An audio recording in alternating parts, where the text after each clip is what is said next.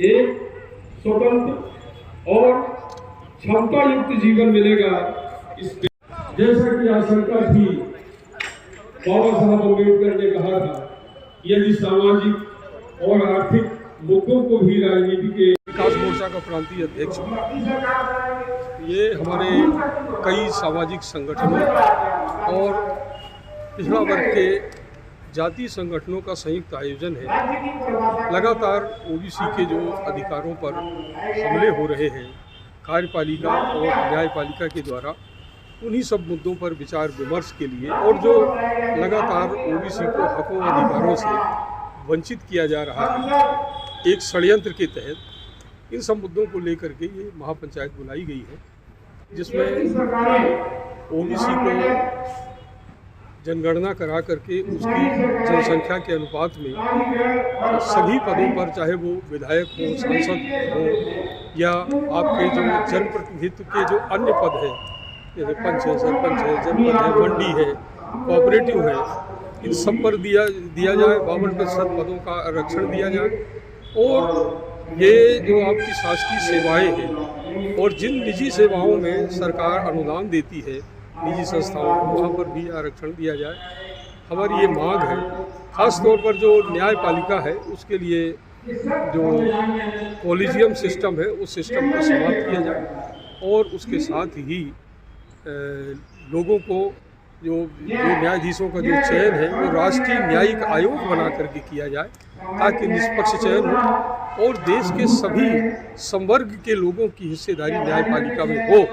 जाएं उसमें योग्य लोग, लेकिन उस योग्यताओं के का आधार लेकर के केवल एक वर्ग को 90% नियुक्तियाँ जिस प्रकार दी जा रही है, इसका विरोध है हमारा। और इन्हीं सब मुद्दों को लेकर के और ओबीसी के अधिकारों की दीर्घकालिक रणनीति बना करके किसान आंदोलन की तर्ज पर हमारा आंदोलन चले और सफल हो, हम अधिकार प्राप्त करें, इसके लिए ये कार्यक्रम। पंचायत चुनाव के बारे में आपका क्या कहना है? पंचायत चुनाव के बारे में तो हमारे माननीय न्यायाधीश जी ने अतिरिक्त रूप से बढ़ करके जो विषय विचार के लिए नहीं था, हम न्यायपालिका का सम्मान करते हैं, सम्मान करना चाहिए। लेकिन दुर्भाग्य यह है कि कभी कभी इस प्रकार के कदम उठाए जाते हैं कि जिनको देख करके ताज्जुब होता है। जो विषय विचार के लिए नहीं था उस विषय पर अतिरिक्त रूप से अपने सतह संज्ञान लेकर के रद्द कर दिया गया। ये हमारे लिए चिंता का विषय भी है और दुख का विषय भी है। हम न्यायपालिका के सम्मान में किसी तरह का कोई असम्मानजनक भाषा या बात नहीं करना चाहते, लेकिन ये निवेदन पूर्वक ये विरोध जरूर दर्ज कराना चाहते हैं कि माननीय न्यायाधीश महोदय देश के सभी न्यायालयों के अपनी सीमाओं को समझें।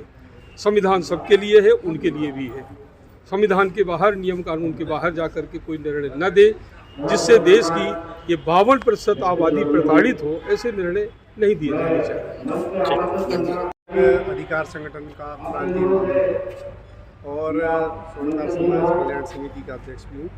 क्या पूछना चाहेंगे? आज के कार्यक्रम जो है किस उद्देश्य को लेकर किया है? देखिए, ये पिछड़ा वर्ग कई महापंचायत है और ये लड़ाई जो है देश की आज़ादी के बाद से ही शुरू हो जाती है। हरिजन आदिवासियों के लिए उनकी जनसंख्या के अनुरूप जो आरक्षण दिया जा रहा है, आज पिछड़ा वर्ग की आबादी 55% से अधिक है। तो उस अनुपात में ना तो प्रदेश में ना केंद्र सरकार हमारे लिए आरक्षण दे रही है विधि विधायी पदों पर, और प्रशासन में हमें स्थान नहीं दिया जा रहा है। इसकी लड़ाई माननीय हमारे महेंद्र सिंह साहब हैं, रमाकांत यादव जी हैं, रामेश्वर ठाकुर जी, इनकी अगुवाई में जो लड़ाई चल रही है उसमें हम लोग समाज की ओर से और अपने शहर की ओर से पूरा सहयोग कर रहे हैं, और आगे भी ये लड़ाई जारी रहेगी और हमारी मांगें इसी तरह चलती रहेंगी। यदि सरकार जब तक हमें अपना अधिकार नहीं देती, हम लड़ाई जारी रखेंगे। और एक बात और मैं कहना चाहूँगा, सरकार जिस तरह सरकारी संस्थानों को बेचती जा रही है, निजीकरण कर रही है, उन निजी संस्थाओं में भी पिछड़ा वर्ग को उसकी संख्या के अनुपात में आरक्षण मिलना चाहिए। Thank you sir. Sir ready नाम बताइए। अरुण कुमार सिंह, संयुक्त ओबीसी एसटी एससी अल्पसंख्यक संयोजक।